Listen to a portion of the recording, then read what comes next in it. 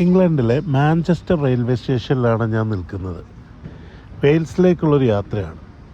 UK തന്നെ ഏറ്റവും വലിയ രണ്ടാമത്തെ പർവ്വതമായ സ്നോഡോൺ ഇർവിത്ഫ എന്ന് വെയിലിഷ് ഭാഷയിൽ പറയുന്ന ഈ ഒരു പർവ്വതാരോഹണത്തിനാണ് പോകുന്നത്. ഈ ഒരു ട്രെക്കിന് ഞാൻ മാത്രമല്ല, എൻ്റെ കൂടെ 40ഓളം പേരുമുണ്ട്. ജിംസൺ ചിറ്റിലപ്പള്ളിയും ടീമും നയിക്കുന്ന B4 ബാക്ക് പാക്കേഴ്സ് എന്ന് പറഞ്ഞ ബാക്ക് പാക്കേഴ്സിൻ്റെ ഒരു ട്രാവൽ കൂട്ടായ്മയുണ്ട്. അവർ നടത്തുന്ന ഈ പരിപാടിക്കാണ് ഞാൻ പങ്കെടുക്കുന്നത്. യുണൈറ്റഡ് കിങ്ഡത്തിലെ ഏറ്റവും നീളമുള്ള പേരുള്ള ഒരു ഗ്രാമത്തിൽ ഞാൻ എത്തി. ആ പേരാണ് ആ ബോർഡിൽ കാണുന്നത്. 58 അക്ഷരങ്ങളുണ്ട്. 56 അക്ഷരങ്ങളുള്ള മലയാളം സംസാരിക്കുന്നു. നമുക്കിത് അത്ര പെട്ടെന്ന് ദഹിക്കില്ല.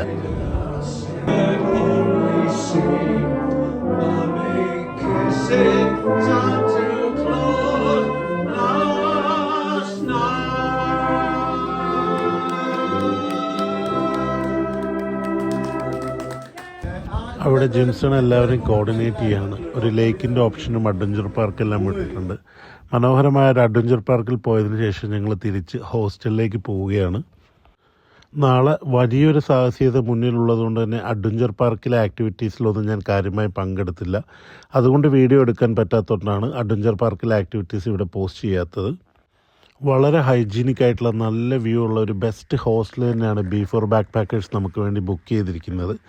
മാത്രമല്ല എൻ്റെ പ്രോപ്പർട്ടി നമ്മളുടെ ടീമിന് വേണ്ടി ബുക്ക് ചെയ്തിരിക്കുകയാണ്. ശേഷം വിപുലമായ ക്രിസ്മസ് പരിപാടികൾ, ക്രിസ്മസ് ഗിഫ്റ്റിംഗ്, പുൽക്കൂട് നിർമ്മാണം, Santa Claus, biryani, food, cake cutting, in between ഒരു ബർത്ത്ഡേ പാർട്ടി, എല്ലാം കൂടെ ഭയങ്കര അടിപൊളി നൈറ്റായിരുന്നു. ഈ ഒരു ക്രിസ്മസ് നൈറ്റിനെ ഇത്രമേൽ വൈബ്രൻ്റ് ആക്കിയത് DJ അസീറിൻ്റെ പെർഫോമൻസ് ആയിരുന്നു.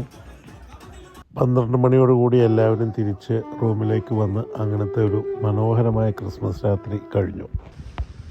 സമയം രാവിലെ 7 മണി. പ്രശാന്ത സുന്ദരമായ കാലാവസ്ഥയിൽ വെയിൽസിൽ സൂര്യൻ ഉദിച്ചു വരുന്നു. എല്ലാവരും തന്നെ കൃത്യമായി റെഡിയായി എത്തിക്കഴിഞ്ഞിരിക്കുന്നു. ട്രക്കിങ്ങിൽ ശ്രദ്ധിക്കേണ്ട കാര്യങ്ങൾ, നിർദ്ദേശങ്ങൾ, ഫിസിക്കൽ സ്ട്രെച്ചിങ്, വാമിംഗ് അപ്പ്, എല്ലാ കാര്യങ്ങളും വളരെ പ്രൊഫഷണലി തന്നെ ഹൈക്ക് ചെയ്ത് നമ്മുടെ ലീഡേഴ്സ് എല്ലാവർക്കും എക്സ്പ്ലെയിൻ ചെയ്ത് കൊടുക്കുന്നു. ശേഷം ഈ ഹൈക്കിനെ ലീഡ് ചെയ്തുകൊണ്ട് ഏറ്റവും മുന്നിൽ അജോ ചേട്ടൻ്റെ കൂടെ ഞങ്ങളും പുറത്തേക്ക് ഇറങ്ങി. ഞങ്ങൾ പോകുന്ന പാതയുടെ കൃത്യമായ മാപ്പും കാര്യങ്ങളും വഴിയിൽ തന്നെ കാണാൻ പറ്റി. ഒരു കോളേജ് NSS ക്യാമ്പിനൊക്കെ പോകുന്ന ലാഘവത്തിൽ പാട്ടൊക്കെ പാടി പതുക്കെ മൊത്തം ടീം നടന്നു തുടങ്ങി.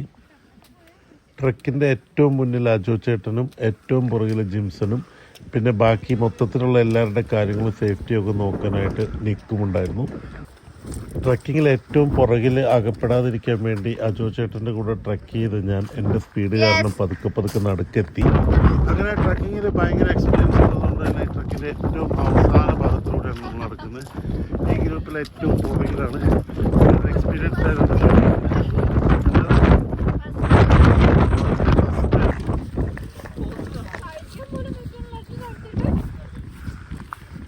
എങ്ങനെയുണ്ട് ട്രിപ്പ്? എങ്ങനെയുണ്ട്? സ്നോഡോണിയ പവറല്ലേ? അതാണ് എന്ത് സങ്കടത്തോട് പറയുന്ന പവറാണെന്ന്. എന്തൊക്കെയാണ് സെറ്റല്ലേ? ട്രെക്ക് ചെയ്തുകൊണ്ടിരിക്കുമ്പോൾ അവസ്ഥകളെല്ലാം ലൈവായി പറയുന്നുണ്ടെങ്കിൽ കാറ്റിൻ്റെ ഒച്ച കാരണം പിന്നീട് അത് ഇപ്പോൾ എഡിറ്റ് ചെയ്യുമ്പോൾ ഒന്നും കിട്ടാത്തതുകൊണ്ടാണ് എല്ലാം വോയിസ് ഓവറിൽ കൊടുക്കുന്നത്.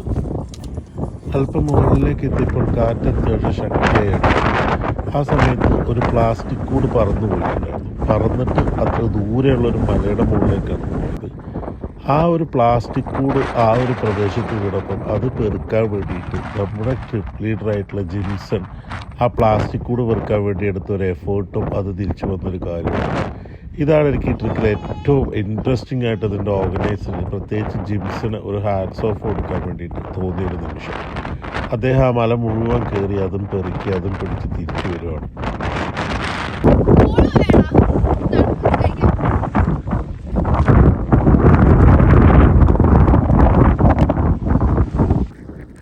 ഞങ്ങളുടെ മുന്നോട്ടുള്ള യാത്രയിൽ കാറ്റിൻ്റെ ശക്തി അതിഭീകരമായി കൂടിക്കൊണ്ടിരിക്കുകയാണ്.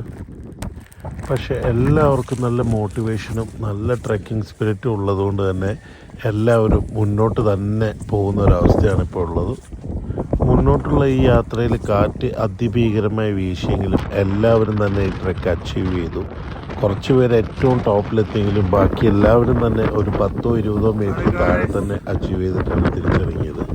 മാത്രമല്ല ഈ യാത്രയിൽ ആർക്കും ഒരു അപകടവും പറ്റിയില്ലെന്ന് മാത്രമല്ല വളരെ പെർഫെക്റ്റ് ആയിട്ടുള്ള കോർഡിനേഷൻ കാരണം എല്ലാവരും വളരെ സേഫായിട്ട് തിരിച്ചെത്തുകയും ചെയ്ത്.